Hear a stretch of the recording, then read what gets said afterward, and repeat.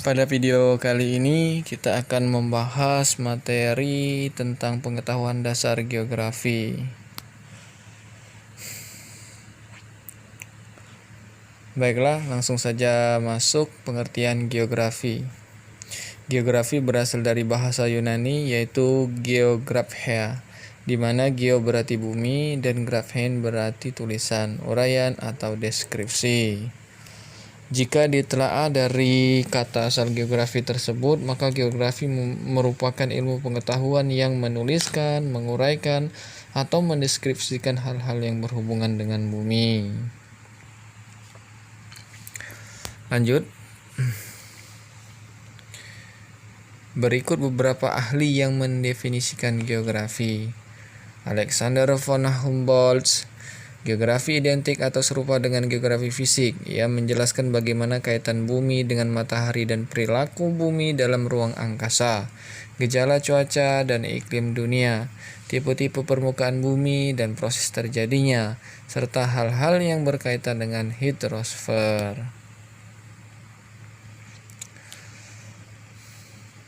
Armin K. Lobax. Geografi merupakan suatu studi tentang hubungan-hubungan yang ada antara kehidupan dengan lingkungan fisiknya. Bintarto mengatakan bahwa geografi mempelajari hubungan kausal gejala-gejala di permukaan bumi, baik yang bersifat fisik maupun yang menyangkut kehidupan makhluk hidup, beserta permasalahannya melalui pendekatan keruangan, kelingkungan, dan regional untuk kepentingan program, proses, dan keberhasilan pembangunan. Dari beberapa pendapat para ahli tersebut, bisa diambil kesimpulan bahwa geografi adalah ilmu yang mempelajari tentang gejala dan kehidupan di muka bumi, serta interaksi manusia di lingkungannya dalam kaitannya dengan hubungan atau susunan-susunan keruangan dan kewilayahan. Konsep geografi. Konsep lokasi. Konsep lokasi menjelaskan suatu objek atau fenomena geosfer berkaitan dengan letaknya di permukaan bumi. Konsep lokasi dibagi menjadi dua, yaitu lokasi absolut dan lokasi relatif. Lokasi absolut. Lokasi absolut adalah letak yang bersifat tetap. Lokasi absolut ditentukan dengan sistem koordinat garis lintang dan garis bujur. Lokasi absolut memiliki sebuah fungsi atau kegunaan, yaitu untuk menentukan fenomena atau gejala dalam ruang di permukaan bumi atau dalam peta. Lokasi relatif. Lokasi relatif menunjukkan letak berdasarkan kondisi daerah sekitarnya. Lokasi relatif merupakan suatu lokasi yang dimiliki arti penting terhadap wilayah di sekitarnya. Konsep jarak. Konsep ini mengkaji jarak antara suatu tempat dengan tempat lain. Konsep jarak dibedakan menjadi dua, yaitu jarak absolut dan jarak relatif. Jarak absolut diukur menggunakan satuan panjang. Jarak relatif diukur dengan mempertimbangkan rute, waktu, atau biaya. Konsep keterjangkauan. Konsep keterjangkauan mengkaji aksesibilitas suatu tempat.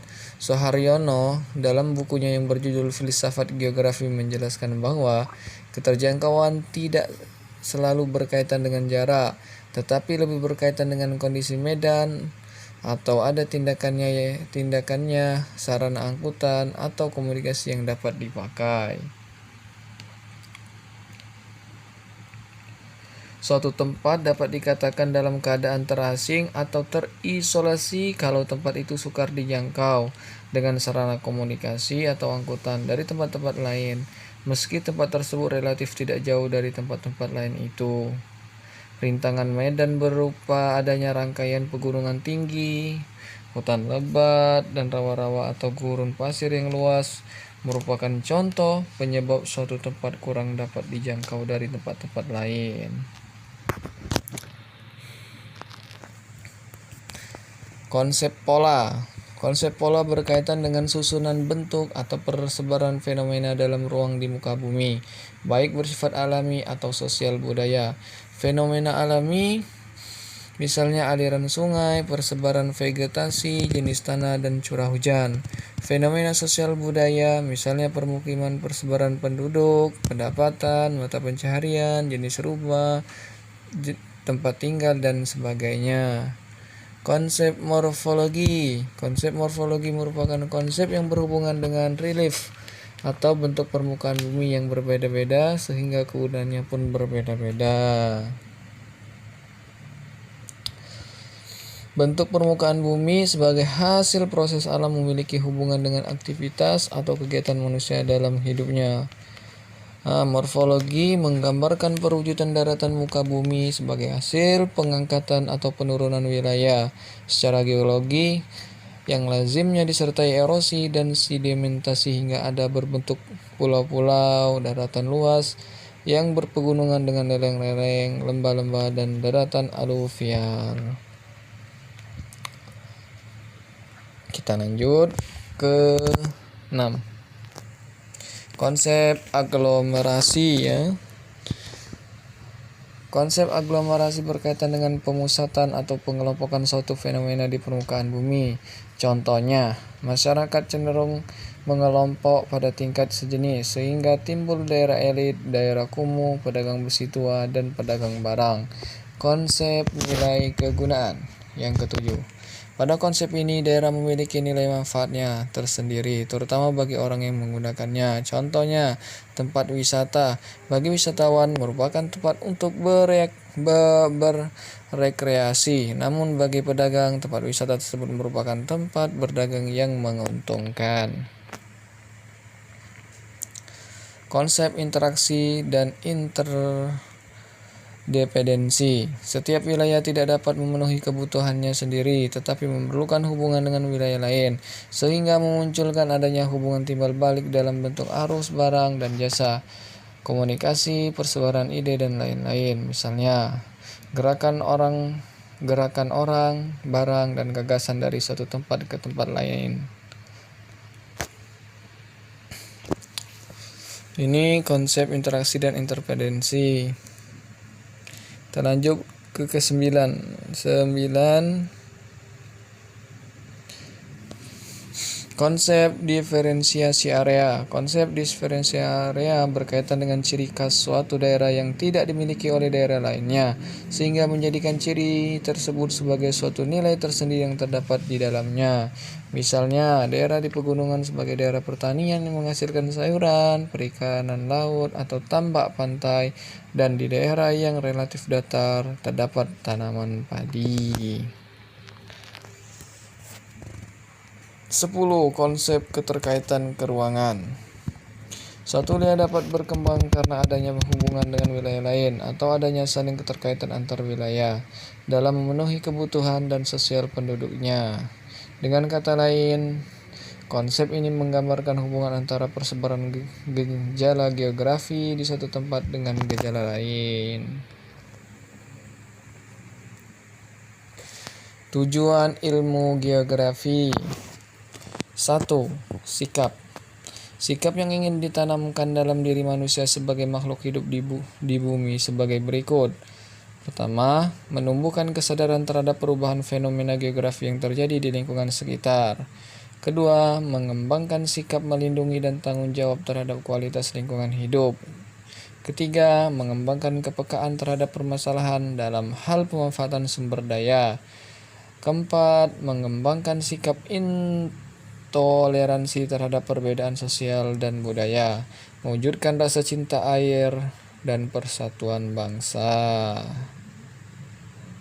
Kedua, pengetahuan. Adapun tujuan yang ingin dicapai dari segi pengetahuan sebagai berikut. Pertama, mengembangkan konsep dasar geografi yang berkaitan dengan pola keruangan dan proses-prosesnya, mengembangkan pengetahuan sumber daya alam, peluang dan keterbatasannya untuk dimanfaatkan, mengembangkan konsep dasar geografi yang berhubungan dengan lingkungan sekitar dan wilayah, negara atau bahkan dunia. Keterampilan. Dengan mempelajari geografi, manusia yang ada di bumi diharapkan memiliki keterampilan sebagai berikut. 1. Mengembangkan keterampilan mengamati lingkungan fisik, lingkungan sosial, dan lingkungan binaan. Kedua, mengembangkan keterampilan mengumpulkan serta mencatat data dan informasi yang berkaitan dengan aspek-aspek keuangan. Ketiga, mengembangkan keterampilan analisis,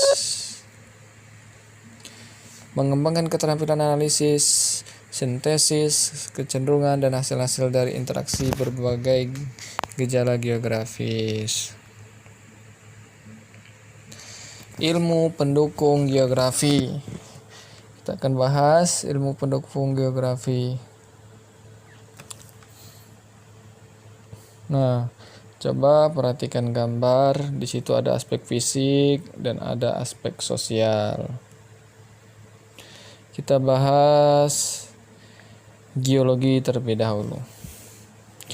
Nah, geologi adalah ilmu yang mempelajari perubahan bentuk permukaan bumi akibat tenaga dari dalam bumi, endogen ya, vulkanisme, tektonisme, gempa bumi, termasuk struktur, komposisi, dan sejarahnya. Itu ilmu pendukung geografi. Kedua, geomorfologi. Geomorfologi itu adalah ilmu yang mempelajari tentang bentuk-bentuk muka bumi serta perubahannya akibat tenaga dari luar. Kalau tadi dari dalam geologi, sekarang yang dari luar. Contoh, eksogen itu seperti pelapukan, erosi, dan sedimentasi. Yang ketiga, meteorologi. Meteorologi itu merupakan ilmu yang mempelajari atmosfer, yaitu tentang udara, cuaca, suhu, angin, awan, curah hujan, radiasi matahari, dan sebagainya. Meteorologi sangat penting bagi informasi cuaca, terutama untuk penerbangan, pelayaran, pertanian, dan industri. Keempat, hidrologi. Nah, apa itu hidrologi? Hidrologi adalah ilmu yang mempelajari tentang air di permukaan bumi atau tanah, di bawah tanah, termasuk sungai, danau, mata air, air tanah, dan rawa-rawa. Kelima, klimatologi. Klimatologi adalah ilmu yang mempelajari tentang iklim dan kondisi rata-rata cuaca. Yang keenam, antropologi.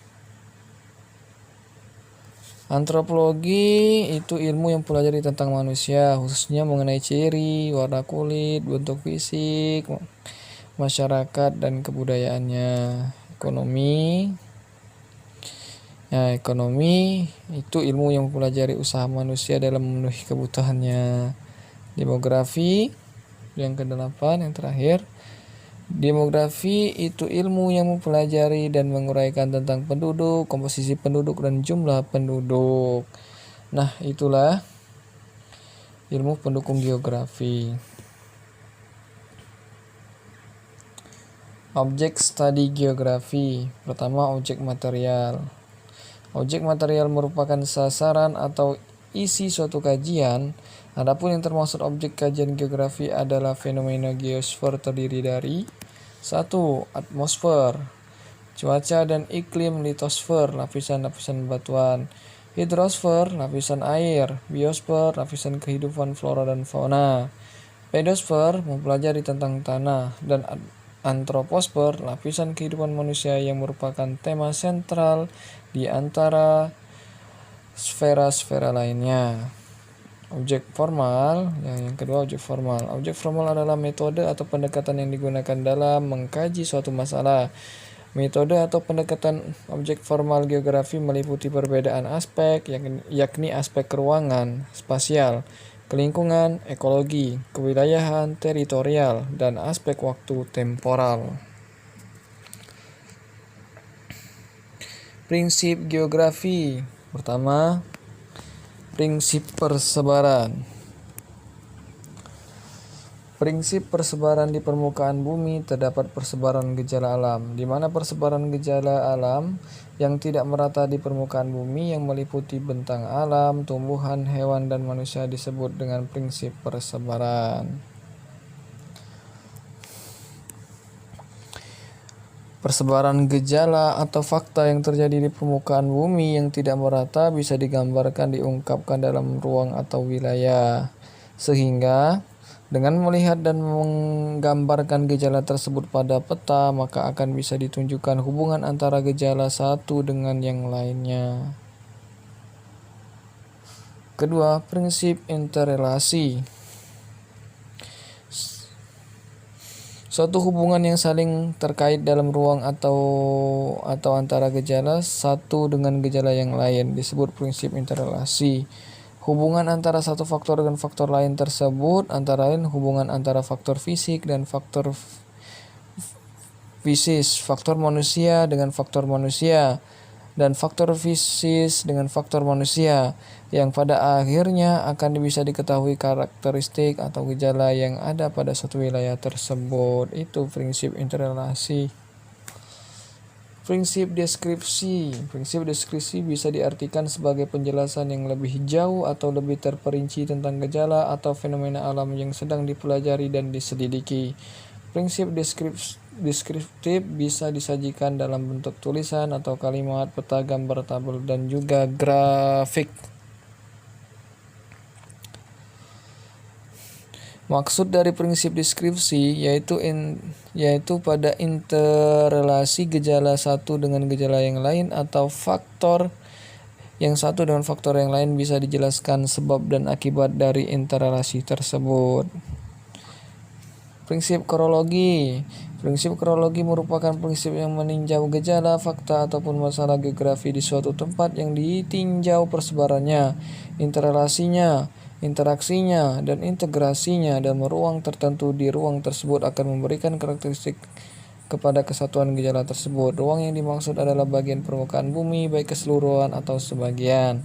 Termaksud juga atmosfer yang paling bawah, troposfer, litosfer, hidrosfer, dan organisme. Pendekatan geografi.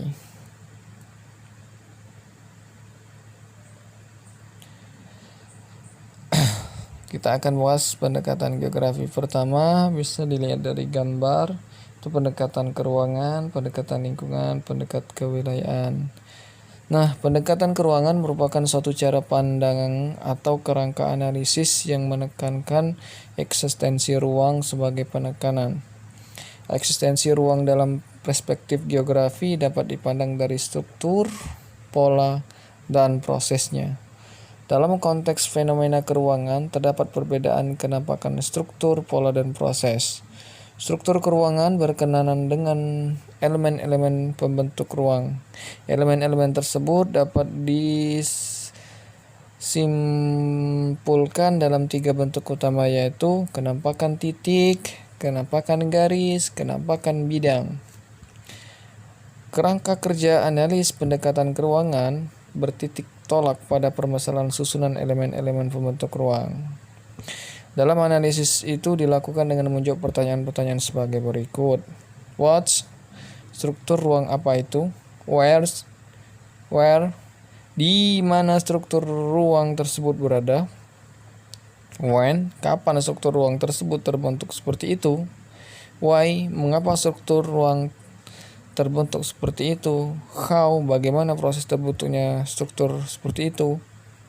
Nah, ini dah beberapa pertanyaan ya dalam analisis ini. Pendekatan lingkungan. Kita akan bahas pendekatan ke lingkungan, atau yang sering disebut dengan pendekatan ekologi, merupakan pendekatan berdasarkan interaksi yang terjadi pada lingkungan. Pendekatan ekologi dalam geografi berkenaan dengan hubungan kehidupan manusia dengan lingkungan. Fisiknya, interaksi tersebut membentuk sistem keruangan yang dikenal dengan ekosistem. Nah, selanjutnya kita bahas pendekatan kewilayahan.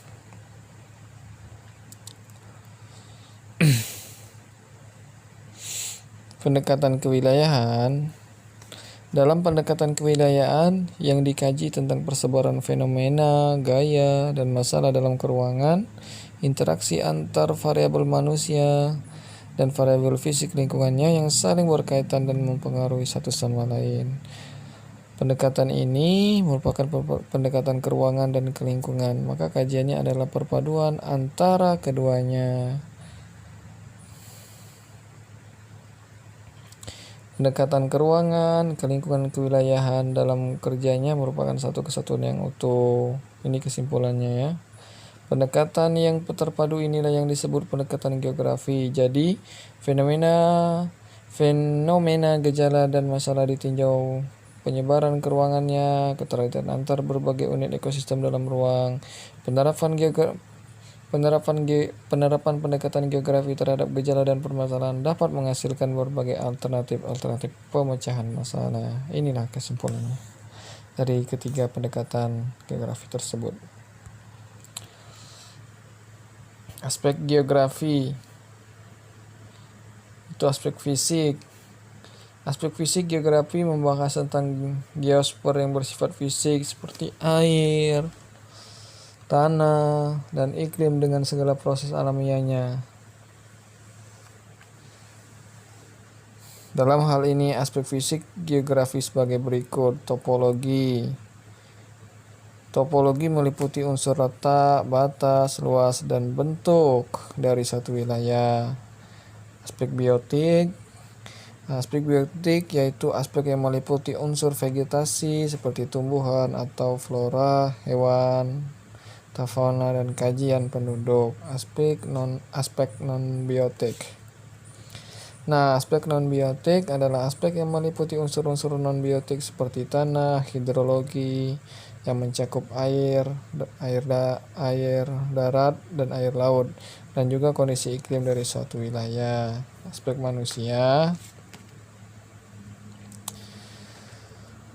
Dalam aspek manusia yang dijadikan objek adalah manusia dengan berbagai gejalanya. Dalam geografi sosial atau manusia terdapat 4 aspek, yaitu ekonomi, politik, sosial, dan budaya. Aspek ekonomi. Aspek ekonomi yaitu aspek yang berhubungan dengan kegiatan perekonomian yang meliputi pertanian, perkebunan, pertambangan, perikanan, industri, perdagangan, transportasi, dan pasar. Aspek politik. Aspek politik itu adalah aspek yang meliputi unsur pemerintahan dan kepartaian yang terjadi dalam kehidupan masyarakat. Aspek sosial adalah aspek yang meliputi unsur tradisi, adat istiadat, komunitas, kelompok masyarakat, dan lembaga-lembaga sosial. Aspek budaya yang terakhir yaitu aspek yang meliputi kajian unsur pendidikan, agama, bahasa dan kesenian yang ada dalam kebudayaan manusia. Nah, itulah bahasan materi kita pada pembelajaran jarak jauh pada kali ini. Semoga apa yang dipaparkan dan apa yang diberikan dapat bermanfaat. Mari kita akhiri dengan nafas hamdalah. Alhamdulillahirabbil alamin. Terima kasih.